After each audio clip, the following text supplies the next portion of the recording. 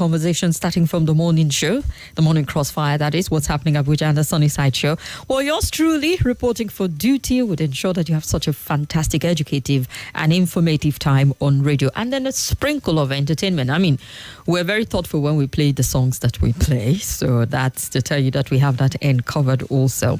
And the weather seemed pleasant today. I mean, the rain came with a vengeance yesterday. I was one of those people always lamenting, when would the rains come? This weather is too hot. AEDC, why isn't there power? And then the rain came yesterday and I thought, I'm going to do double package, make up for the time that you've been itching and waiting for the rain. So it rained before I left the office, and then I got home, it rained again, and later at night I'm like, is it still raining or what? But the weather is perfect today.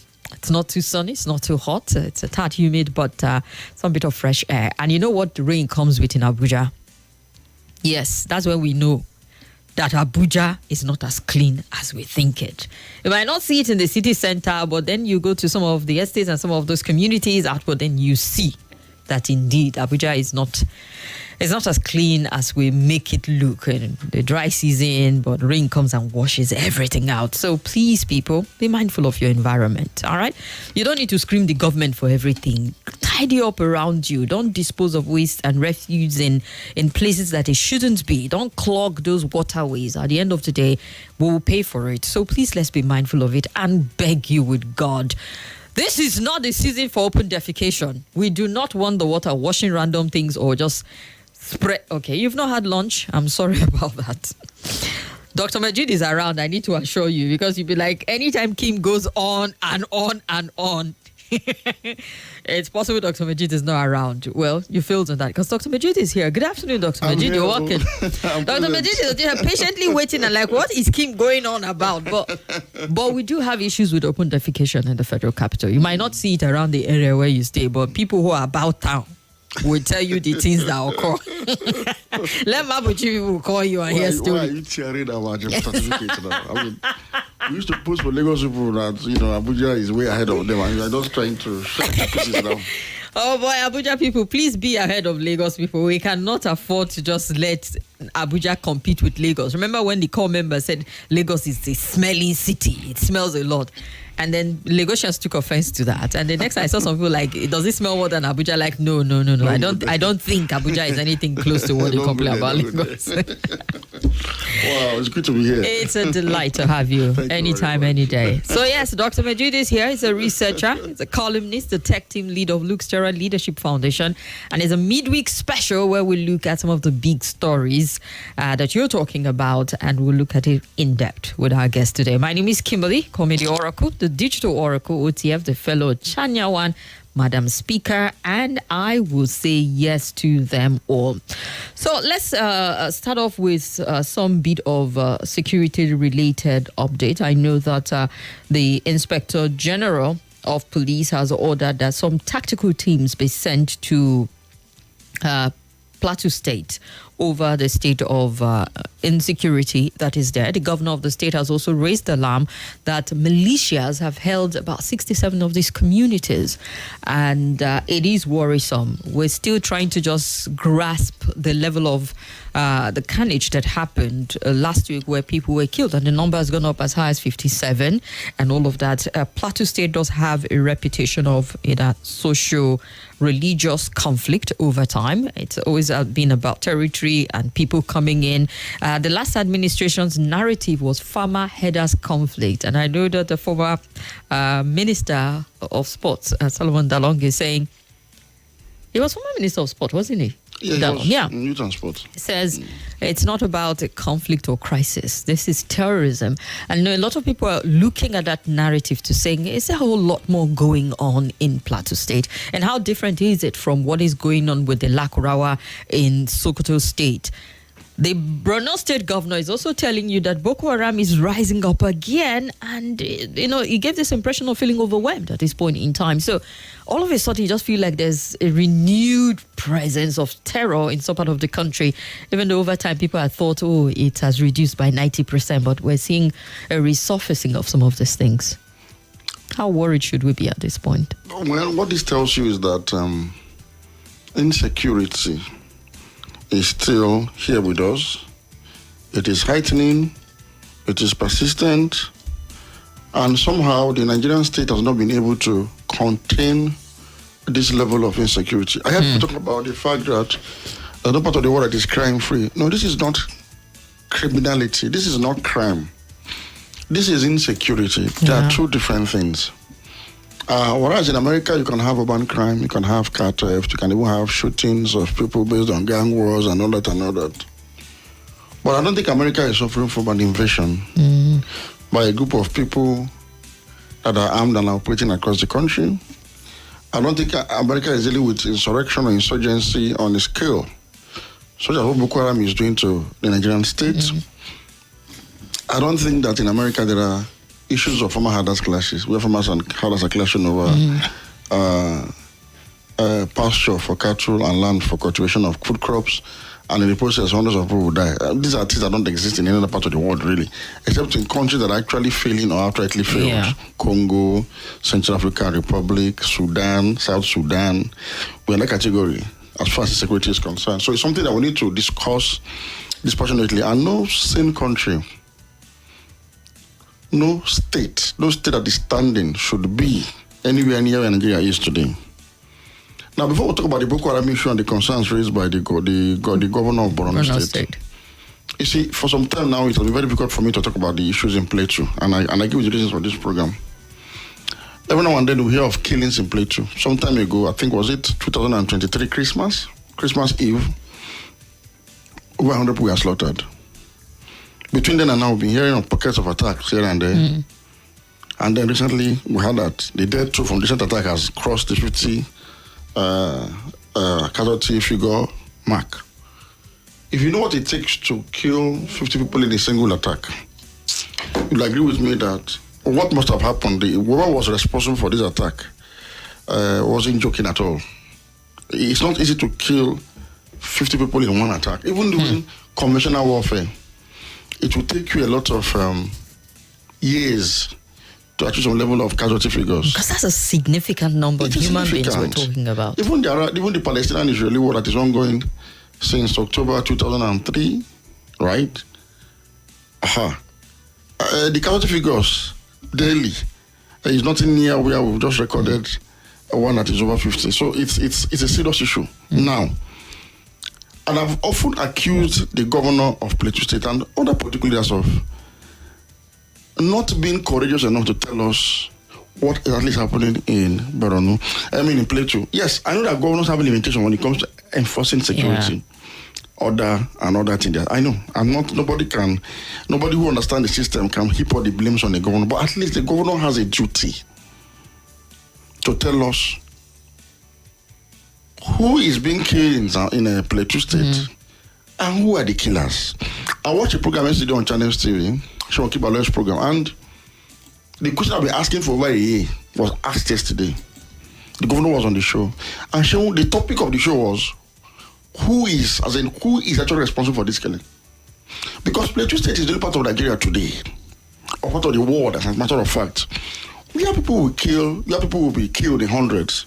And nobody's able to tell us who the killers are and who the victims are clearly. And give us some background and context to what exactly is responsible for this. You know why I agree totally with this? I was in Plateau State and working there and covered, I will always talk about the Dogona Hawa. Because, covered that report, saw people coming out on the street, women, half clan and crying and saying, these are the people killing us. And yet state government, federal government, no one was able to say, okay, we brought these people to book or we identified the killers of these people. It's just left for people to speculate. Either you take the word of the victims and the communities affected, or you just believe they are faceless people. And that's why it's difficult to comment on Plateau. Now, a few weeks back, an incident happened in Uromi, Edo State. Yeah. Within 24 hours, we had clarity on what happened. It was clear, as crystal clear as anything. And kudos to the state government of Edo, Governor Mondo Upebolo, his officials, and the people of Edo State. They came out clearly to say, well, first, the people that were killed identified themselves as hunters going home for Salah from their base in River State. and they were with their guns and their hunting dogs. However, Uromi and environs have been under attack by killer herdsmen that the people identify as herdsmen. And when they saw these people also traveling, and because they had to resort to self-help, the state, as a Nigerian state, couldn't come to their rescue. So they formed a vigilante that mounted roadblocks and tried to restore some level of security. So they accosted these people. And unable to make a decision between a Hausa hunter and a Fulani herdsman that is a bandit. So one or two things led to the other, and these people were killed. Now, the identity of those who carried out these killings, nobody has ever, there's no obfuscation of the identity. They are members of the vigilante from the Eshad-speaking part of Edo State, which is Uromi. Simple. Who are the victims? Hausa hunters from Kano. I mean, there is no ambiguity. It was clear. And so it was established that this was not an intentional killing on the part of the vigilante, no. This is just a consequence of, when you resort to self-help, because of the failure of the state, things can go wrong this way, right? So it's not if the people of this community decide to kill a particular ethnic group. So you can't categorize this as genocidal. It was a form of self-defense in a way against persistent insecurity that I've been experiencing. And what has happened? The state government has taken responsibility that, okay, these people were killed in my state. And what did he do? He sacked the head of the security, whatever in the state, disbanded the vigilante, taking certain steps to show that this is reprehensible. A number of people have been arrested and moved to Abuja. He has traveled to Kano to go and visit the victim family, condole with the government of Kano. He has just taken responsibility. Yeah. The spokesperson, or should I say the umbrella body for the Asian people worldwide, issued a statement to condemning this act and calling for justice, and also encourage the government to pay compensation. Even though Haneze waded in to say, look, this is injustice, this is not right. What am I saying in essence? You can see that the problem is being resolved because there were clear profiling of the victims and the perpetrators. And as a commentator, I've now also said in my last week back page column in the Daily Sun newspaper, my own intervention was simple. Why we need justice for the Kano 16 hunters. I also said, but within the wider context of justice will be for the people of Uromi to get succor from the state. Exactly. From the people that have been killing them. And so, to stop all of this, we need to defeat this common enemy that appears to be ravaging across the country, and which is that phenomenon of killer herdsmen. I don't know why the Nigerian state is unable or unwilling to actually do the needful. So justice for some people have started calling for a state of emergency when it comes to this killer herdsmen situation. Because over time, so we were able to have this healthy conversation because no denials, no cover-up. Everything was laid bare. And I commend people of Edo State for being civilized people. It was just laid bare so we could understand where this mistake came from and how to ameliorate it. One thing that was established was it was not a vigilante that was set up to kill an ethnic group. It was simply trying to protect itself. So they saw people with arms, and because they didn't quite understand the difference between, what the kind of arms that these other people use. So you could understand why the mistake happened. So I expect justice to be tempered with mercy anyway in this case. Why compensation should be paid? Why am I giving this long story? It was only yesterday that the governor of Plateau summoned a little courage because he wasn't very clear. When he was pointedly asked severally during the course of the interview, who is responsible that he managed to piece together certain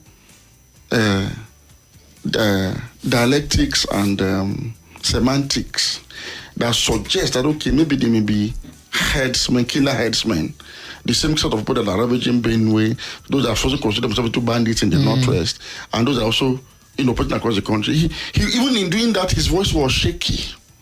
And I'm like, why is this man playing such kind of politics? Who is he trying to please? Under what pressure is he? He said he doesn't want to be accused of profiling. No, he's not so willing to talk about it. I said, profiling? When there's a crime, the first thing that the security agencies will do is to profile the criminals and the victims down to their ethnicity, their religion, to establish motive and methodology, and to know how to prevent this situation from happening next time. I mean, given the fact that that state itself has just been the epicenter, it feels like for this kind of crime. Now, for example, yesterday was the commemoration of the Rwandan genocide. The governor said it was genocide. Mr. Dalonga, you talked about, said it's not from crisis, it's terrorism and genocide. Now, the world reported the genocide in Rwanda in 1994 to be at the behest of a Hutu militia power-mongering organization that pounced on their Tutsi compatriots, including Hutu moderates. So it was clear that the victims were Tutsis. Yeah. The perpetrators were Hutus. And what was the reason for this? It was traced to the ethnic nature of power struggle in Rwanda. Also, post-genocide Rwanda, that is now headed by Paul Kagame, now decided to kill that cankerworm that resulted into genocide, which is tribalism. So today, tribalism is a crime, it's a national crime, punishable under their laws in Rwanda. You can't say Rwandese, your ethnic group, it won't stop. If you're a Rwandese, other kind of question, it's a crime. They have to go to that extent because they identified that this was the problem. That is what was responsible for this was this singular phenomenon. Now, again, here in Nigeria, we have identified a lot of groups. Look at the Southeast, for instance. Soludo is governor of Anambra State. When he came in as governor, this issue of unknown government in the Southeast, Soludo identified who they were. He identified and said most of these are perpetrated by people from here. And he said he drew the attention of Anambra people that the major enforcers of this thing come from a neighboring state that are resident here, who do not have much stake in this place. He identified it clearly. And that was the beginning of the rollback of that sympathy, that emotional connection to this group, when their eyes were open to say, look, these people are just criminals. Yeah. Now, the governor of Plateau is yet to tell the world who is responsible, clearly, until yesterday, when he came close to saying it. And what he said is something that most of us already knew, because the pattern of the killings suggests that it is along these lines. Now, what I don't also understand is, each time there are killings in Plateau, I observe the body language of military officers, the chief of army staff, chief of defense staff. They go there and they begin to preach peace. They go there and they say, oh, we cannot embark on kinetic approach. You start hearing non-kinetic jargons. You start hearing it from them. It happened this time around. The military officer went and said, until some political issues are resolved, we cannot, it's not something we can deal with. I begin to ask, is the state now smaller than certain interests that people will be killed and you would be looking for political solution to the killings of people? I say this because they will also gather communities, people from the various tribes in Bokos, including the Fulani community. And I said, are these people responsible for these killings? And why are they not being arrested? Why are you having a meeting with somebody who has links or who is part of a group that has committed this level of crime? And I keep saying, the Fulani cattle breeder, the Fulani trader, the Fulani ordinary human being like me and you that lives in the town in Bokos, and the other ethnic groups that live in Bokos and other parts of Plateau are not the people killing people. They are not. The people are gathering to do town hall meeting. Each time there is killing of 150 people. Are not the people. If they are the ones, why are you doing meetings with them? They were arresting them and prosecuting them for crime against humanity. So the impression we are giving that these are the people fighting and resulting to hundreds of deaths. How is that possible? These old men and women that are barely walking straight, are they the ones responsible? So there's something that is not, that we don't still understand about the crisis in Plateau. And the federal government seems to favor this kind of peace meeting all the time. And I'm like, if you have identified that these people are the ones responsible, assuming they are, why having a peace meeting with somebody that's killed 150 people? Now, the people that have been killed have nothing to do with anything. Absolutely nothing. For instance, if you say it's a reprisal killing, the person you have killed was not the one who killed maybe somebody you are trying to carry a reprisal up. It's not the same person. Because the person that has killed somebody in the past cannot be lying down in his hut in one village in Bokos for you to come and slaughter. Well, people have also said the reason why you get to have this cycle of reprisal continue is that failure of state, failure of government. So in a state, except we are in a jungle, except we are in a Hobetian state, where life is brutish, nasty, and short, like as it is in the jungle, nobody is supposed to be able to kill anybody, let alone carry out reprisal. So the state is hobnobbing and romancing the situation, and it keeps reoccurring. And the people of Plateau that do not seem to be aghast, they do not seem to be outraged enough to express the level of concern and demand firmly.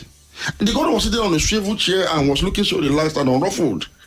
A man whose state has just expressed a tragedy of losing more than 50 people in one attack. Yes, so there's something I don't know what is happening. So something is not right about, and sometimes you don't want to cry more than the bereaved. You don't want to cry more than the bereaved. Look at Borno, a contrast, a complete difference in approach. From time to time, the government of Borno will come to tell us. When the government is doing it right, they will say it. Yes, yeah. Whenever there is a drawback in security in Borno, they'll come out and say it clearly. They will admit to it. They will say, look, like in this instance, you have taken about the local government, so we are losing ground, we are doing this, we are doing this. They will say it. And we know who the people responsible for the killings in Borno are. We call them Boko Haram. They are a jihadi, not Islamic, but Islamist group whose intention is to drain the Nigerian state from that single point. You know, I've told people that Boko Haram simply changed that strategy. Rather than being everywhere at the same time and fighting the conventional warfare, they have simply buffed up their arsenals in one point. So what they do is they are sucking the Nigerian armed forces and draining it dry from that single point.